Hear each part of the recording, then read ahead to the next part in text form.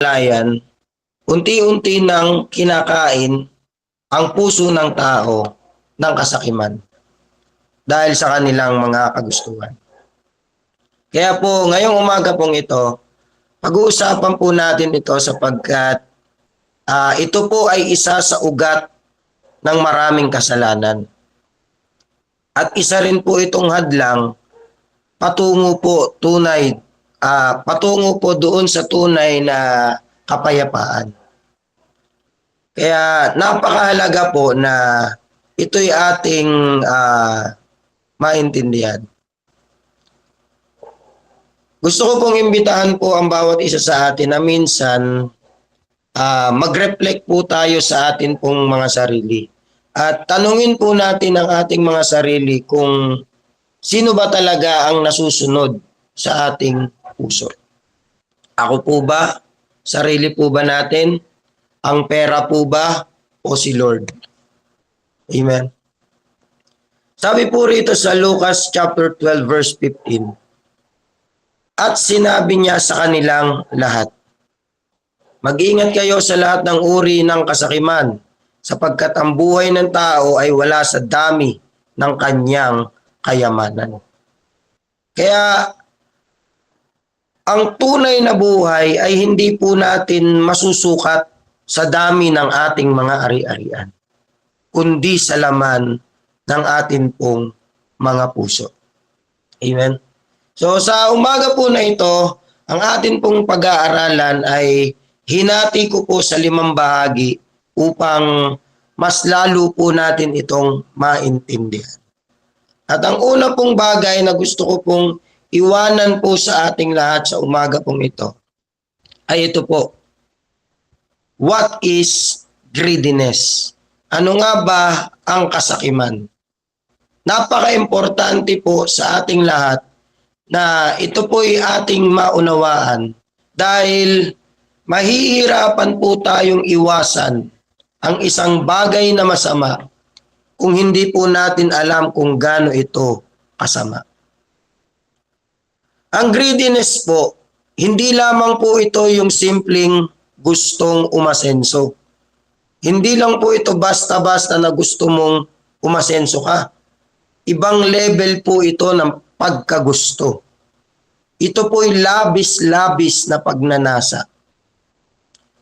Yung gusto po natin, yung higit pa sa ating kailangan, yung kahit may nasasaktan ka o naaapakan ka na. Hindi po ito yung wanting more to grow. It's wanting more at any cost. Amen. May tao po sa Bible na nagngangalan pong Achan. Siguro po ito'y kilala po natin, itong tao po na ito. At siya po ay makikita po natin sa Joshua chapter 7 verse 1 to 26. Masyado pong mahaba yung kanyang istorya kaya ito po ibubuod na lang po natin. Sabi po doon, ang Israel daw po ay tinulungan ng Diyos na manalo doon sa Jericho. At sabi niya na huwag kayong kukuha ng kahit anumang kayamanan sa lungsod na iyon sapagkat ang lahat ng iyon ibibigay nyo at iaalay nyo sa akin. Pero ito pong si Achan ay nasilaw sa pilak at ginto. At kumuha po siya ng magandang balabal, pilak, gintong halal at itinago po iyon sa ilalim ng kanyang tolda. At dahil po sa ginawa niya, nawala po yung pabor ng Diyos sa buong Israel. Natalo sila sa susunod na laban. At marami pong namatay na mga kawal, mga sundalo. Noong panahon po na iyon na nakita ni Joshua na natalo sila sa labanan, tinanong niya ang Panginoon, sabi niya, Lord, kala ko ba sasamahan mo kami at pagtatagumpayin mo kami? Pero sabi ng Diyos, may nagkasala sa inyo. At lumabas na ang nagkasala po ay si Achan. At ito naman pong si Achan ay umamin, pero huli na po ang lahat. Yung kasakiman po ang nagdala sa kanya sa kapahamakan at sa buo niyang pamilya. Sabi po dyan sa Joshua 7 verse 20-21, ang sabi po ni Achan, ako po ay nagkasala sa Panginoon. Nakakita ako ng isang magandang balabal, 200 piraso ng pilak at isang gintong halal na 50 siklo ang bigat. Inibig ko iyon at kinuha ko. Kapag po sakim ang isang tao, hindi lang po siya ang apektado, pati ang mga mahal niya sa buhay. Kapag kinukuha po natin ang hindi sa atin, sigurado po na may mawawala po sa atin.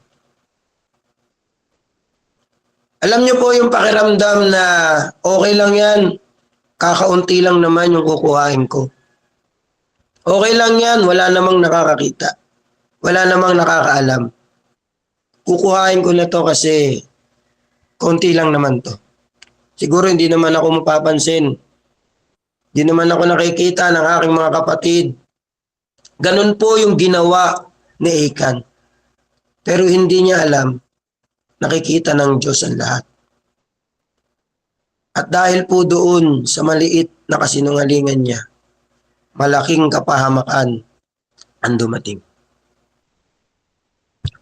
Kahit po ang kasakiman ay itago po natin sa ating sarili, yan pong itinatago na iyan ay kayang magdulot o pagmulan ng kaguluhan sa ating buhay. Amen?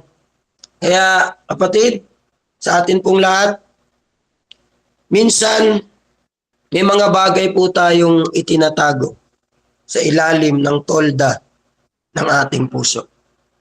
Pero wala pong lihim sa Diyos. Lahat po alam niya. Noong mga nakaraan nga po, nung ako ay nagdi-deliver, at doon po kasi sa aking trabaho ay may mga abo-abono para may dagdag na ibabayad sa iyo.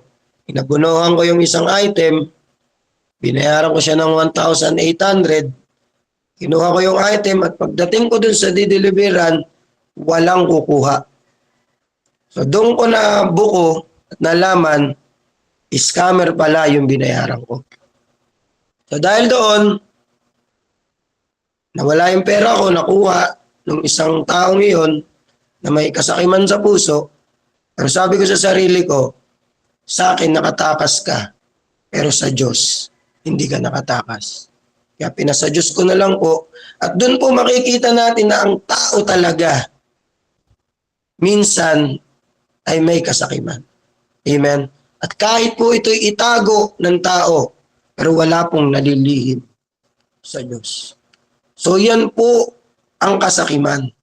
Ang ibig sabihin ng kasakiman.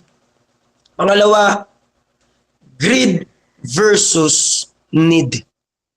Gusto versus kailangan. Minsan po tinatanong ko yung sarili ko. Sabi ko, yung gusto ko ba, kailangan ko ba talaga? O gusto ko lang kasi may ganun yung iba? Lahat naman po tayo may mga pangangailangan. Pagkain, tahanan, edukasyon, pagmamahal. Pero kapag hindi po tayo marunong makontento, doon na po pumapasok yung kasakiman. Malinaw po na sinabi ni Apostol Paul sa Filipos chapter 4 verse 11 to 12.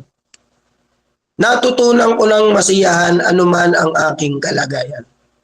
Marunong akong magtiis sa kahirapan at marunong din namang magtamasa ng kasaganaan. Natutunan ko na ang sikreto ng pagkakaroon ng kasiyahan sa lahat ng pagkakataon. Alam niyo po, yung kakontentuhan po sa buhay, natututunan po iyan. Pinag-aaralan po iyan. Hindi po yan automatic. Kailangan po nating kumbinsihin ang sarili natin na pag-aralan kung paano maging kontento. Amen? Kailangan nating turuan ng puso natin na magsabi ng, Lord, salamat, sapat na po ito. Lord, okay na po ako. Hayagang sinabi po ng Panginoong Hesus ang isang taong mayamang sakim sa kayamanan. Makikita po natin ang istoryang iyon sa Book of Luke chapter 12 verse 13 to 21. Ang tawag niya po dito sa lalaking ito ay mayamang hangal. Isinalaysay po ng Panginoon ang kwento ng mayaman po na ito dahil napakaganda ng kanya pong ani. At ang sabi po noong mayaman, wawasakin ko yung luma kong kamalig at magtatayo ako ng mas malaki at dun ko ilalagay ang ani ko at ang yaman ko. At pagkatapos nun, mag-enjoy na lang ako, kakain at magpapakasarap sa buhay. Pero anong sabi ng Diyos? Hangal. Sa gabiring ito, kukunin ko ang buhay mo. Kanino mapupunta lahat ng pinag-ipunan mo? In Luke chapter 12 verse 15, ang sabi po diyan, mag-ingat kayong lahat sa lahat ng uri ng kasakiman, sapagkat ang buhay ng tao ay hindi nasusukat sa dami ng kanyang pag-aari. Ang kasakiman po ay paniniwalain tayong kulang pa. Kukumbinsihin niya tayong kulang ka pa. Pero ang tunay na buhay, hindi po nasusukat sa dami ng gamit, kundi sa laman po ng ating puso. Ano ba yung laman ng ating puso? Diyan po nasusukat ang ating buhay. Hindi naman po masamang magpayaman o yumaman. Pero kung lagi na lang pong pera ang iniisip natin, delikado na po yan. Yung mayaman po kasi na yun, hindi man lamang po nagpasalamat sa Panginoon. Hindi man lang nakaisip na tumulong sa mga mahihirap. Hindi man lang naisip na punan yung pangangailangan ng mga maralita, ng mga pulubi, para magkaroon man lang siya ng gantimpala sa langit. Hindi. Ang gusto niya, puro dagdag, puro ipon. Saan niya dadalhin yon? Lahat ng bagay dito sa mundo, iiwan lang natin. Ang tanging dadalhin natin ay yung kayamanan na nasa puso natin, na naipon natin sa langit. Hanggang sa kinuha na ng Diyos ang ng buhay nung mayaman po na iyon, lahat ng kanyang pinaghirapan ay iniwan niya lang. Kapag hindi po natin kayang sabihin tama na, ang mundo ay palaging sasabihin, kulang ka pa. Amen. Pangatlong bagay po, natin pong iwanan, why do people become greedy? Bakit tayo nagiging sakim? Ano ang pinagmumulan niyan? Ano ang ugat ng kasakiman? Hindi naman pagkapanganak natin, sakim na agad tayo eh. Hindi naman pagkagising mo, o nung nagkaisip ka, may kasakiman na tayo sa puso. Hindi po ganun. May ugat po iyan. At dito po makikita natin itong apat na bagay po na ito. Una, insecurity, fear, envy, and upbringing. Yung insecurity po, yung feeling kulang ka. Alam mo lagi may kulang sa'yo at nakikita mo na mas higit yung iba kaysa sa'yo. Dinadamdam mo lagi yung mga bagay na nararating ng iba dahil hindi mo narating. Dinadamdam mo lagi, minamasama lagi natin yung mga bagay na magaganda na nakikita natin doon sa ating kapwa. Dahil feeling natin, lagi tayong kulang. Pangalawa po yung fear, takot mawalan. Nakakatuwa po yung sinabi ni Job. Sabi niya, hubad akong lumabas sa mundong ito. Hubad din akong aalis. Si Yahweh ang nagbigay.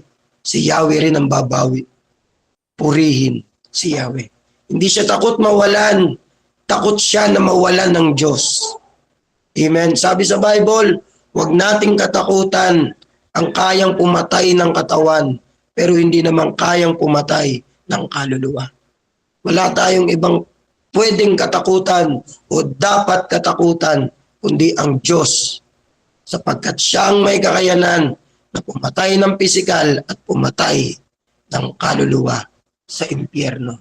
Kaya wag po tayong matakot mawala mga bagay-bagay sa atin, dahil yan po ang nag-uugat bakit ang isang tao ay nagiging great. Envy, na iinggit sa iba, sa mayroon ng iba. Kagaya nga po nung sinabi natin kanina, bakit natin gusto yung isang bagay? Gusto ba natin yon dahil kailangan natin, o gusto ba natin dahil may ganun lang yung iba?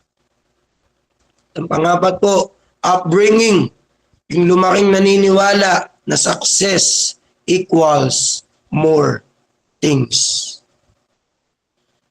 Santiago chapter 3 verse 16, sapagkat kung may pagkainggit at makasariling hangarin, nagkakaroon ng kaguluhan, lahat ng uri ng kasakiman. So, ang inggit po at takot, doon po nag-uugat ang kasakiman. Doon po nagsisimula ang lahat ng kaguluhan. Pugad po ito ng masasamang pakiramdam.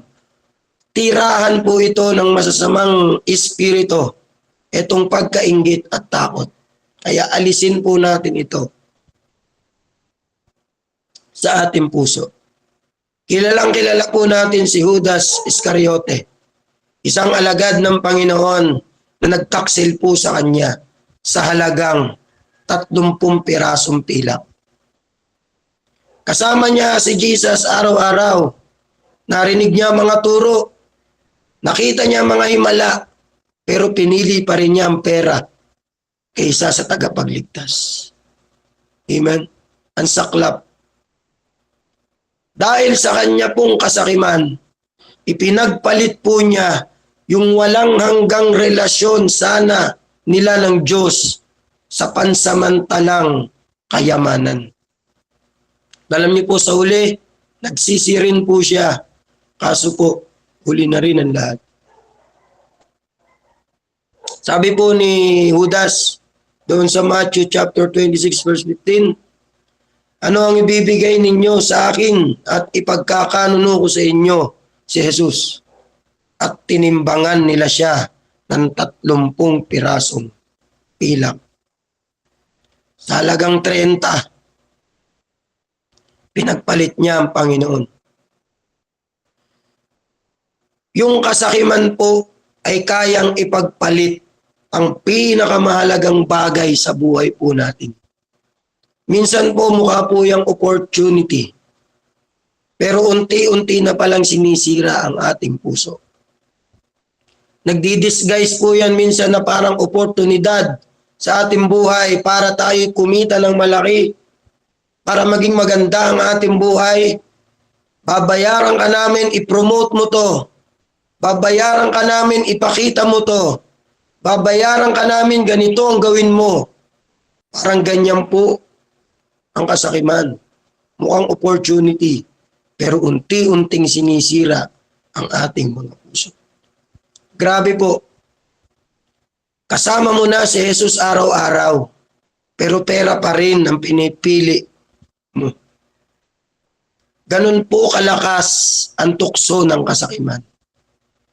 Paniniwalain po tayo nito na mas mahalaga yung pansamantala kaysa sa walang hanggan.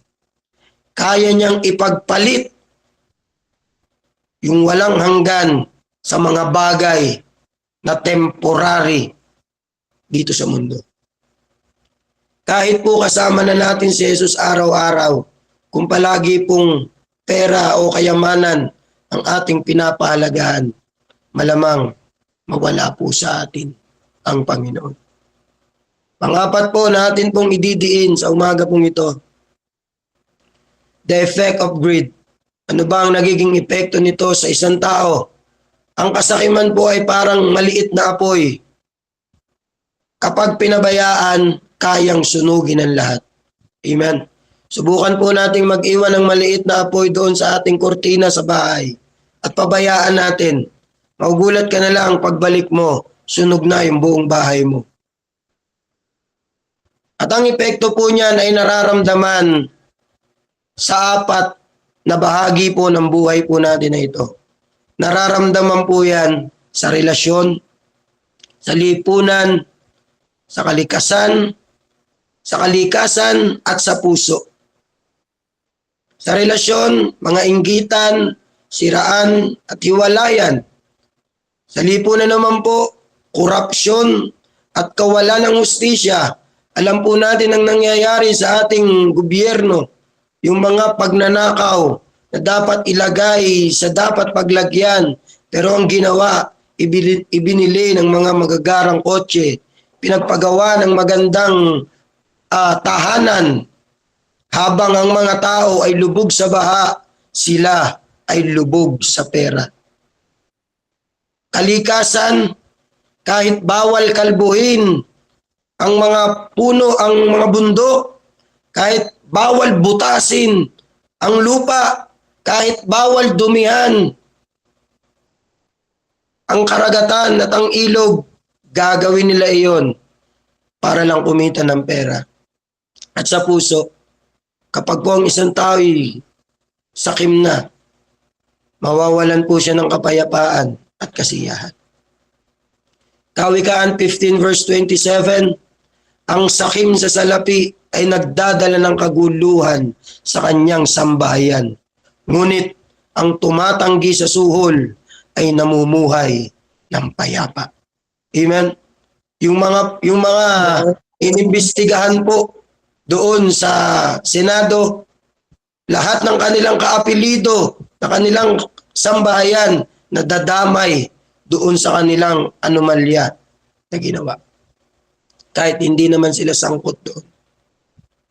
Mga kapatid, ang kasakiman po ay nagdadala ng gulo, pero ang kababaang loob ay nagdadala po ng buhay.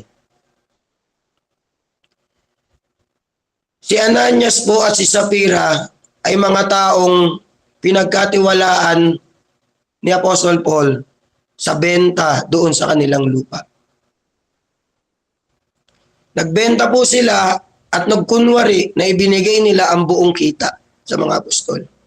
Pero ang totoo po, itinago nila yung isang bahagi doon sa benta nila.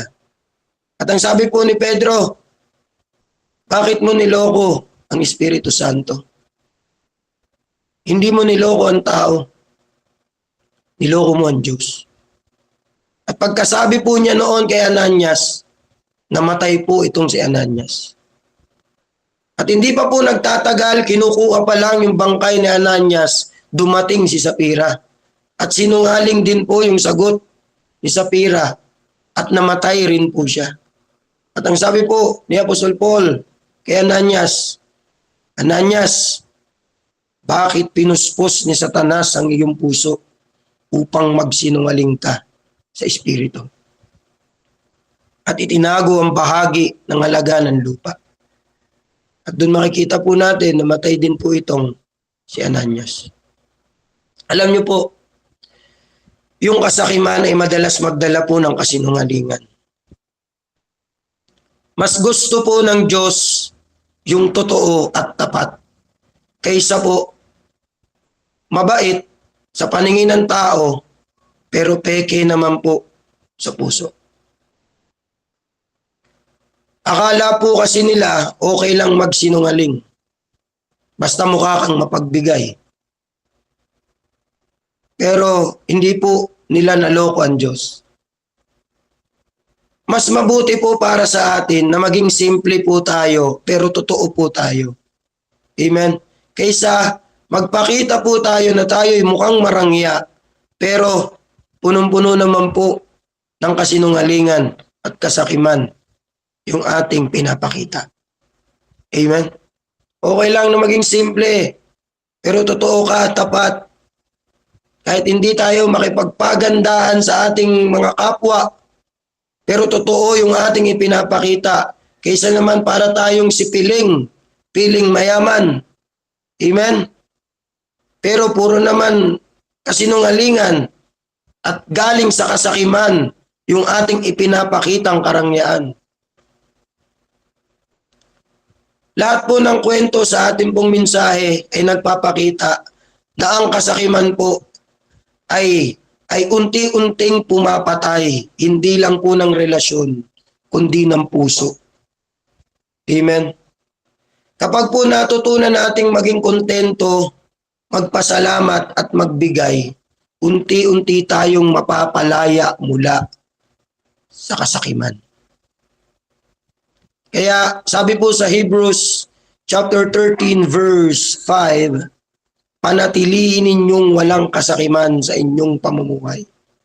Masiyahan na kayo sa anuman kung ano ang nasa inyo, sapagkat sinabi ng Diyos, hindi kita iiwan ni pababayaan man. Muli, mas maganda nang maging tapat kaysa magpanggap na mapagbigay.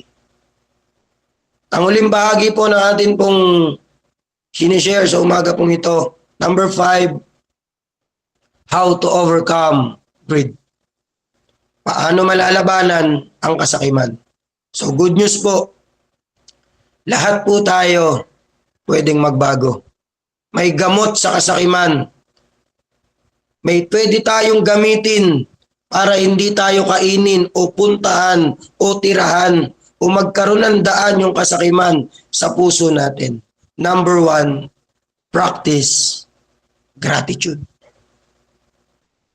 1 Thessalonians chapter 5 verse 18, pagpasalamat kayong lahat sa lahat ng pagkakataon, sapagkat ito ang kalooban ng Diyos para sa inyo, sa inyong pakikipag-isa kay Kristo Jesus. Kapag marunong po tayo magpasalamat, hindi na po natin kailangang maghabol pa ng sobra. Amen? Lagi po nating i-appreciate ang lahat ng bagay. Kahit na paggising sa umaga, kahit na ano ang nandyan sa ating pagkainan, kahit bigyan ka ng isang simpleng bagay, kahit bigyan ka ng maliit na halaga, i-appreciate po natin iyon. Huwag na po natin tingnan kung ano pa yung meron ng iba para hindi tayo magkaroon ng inggit. Kung ano ang nasa atin, magpasalamat po tayo sa Panginoon dahil yung nasa atin, pinapangarap at pinapanalangin po yan ng iba. Minsan yung nasa atin, wala po sa iba. Kaya doon natin marirealize, pinagpala po tayo. Amen.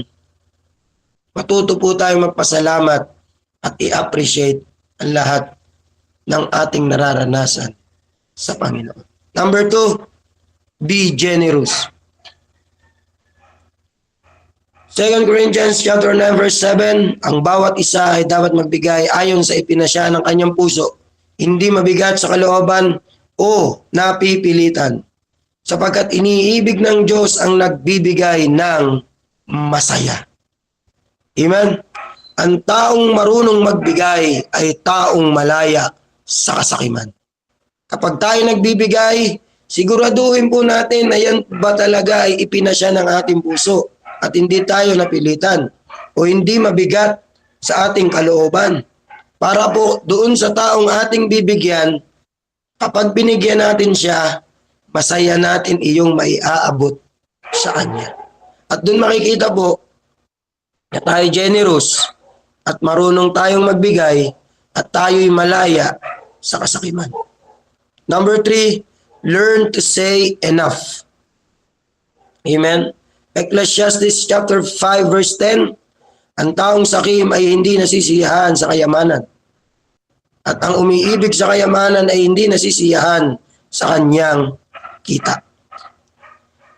Ang tunay na lakas po ay nasa kakayahang magsabi ng tama na. Lord, tama na po ito. Okay na po ako dito. Kung may ibibigay pa po kayo sa akin, salamat. Pero kung wala na, sapat na po sa akin ang inyong ibinigay. learn, say enough.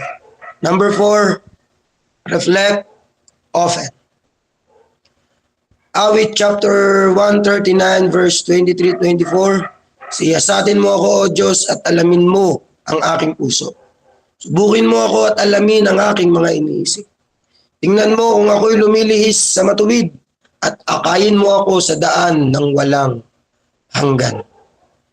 Tanungin po natin ang Diyos minsan, sabihin natin, Lord, may kasakiman po ba sa puso ko? Kung mayroon po, Lord, alisin mo po. Amen? Alisin mo po. Hallelujah. Sabi po dito sa Hebrews chapter 13 verse 5, huwag kayong magmamalabis sa pagnanais sa salapi. Masaya na kayo sa anumang nasa inyo sapagkat sabi ng Diyos, hindi kita iiwan ni pababayaan mo. Hindi po natin kailangang maghangad ng sobra dahil ang presensya ng Diyos ay sapat sa atin.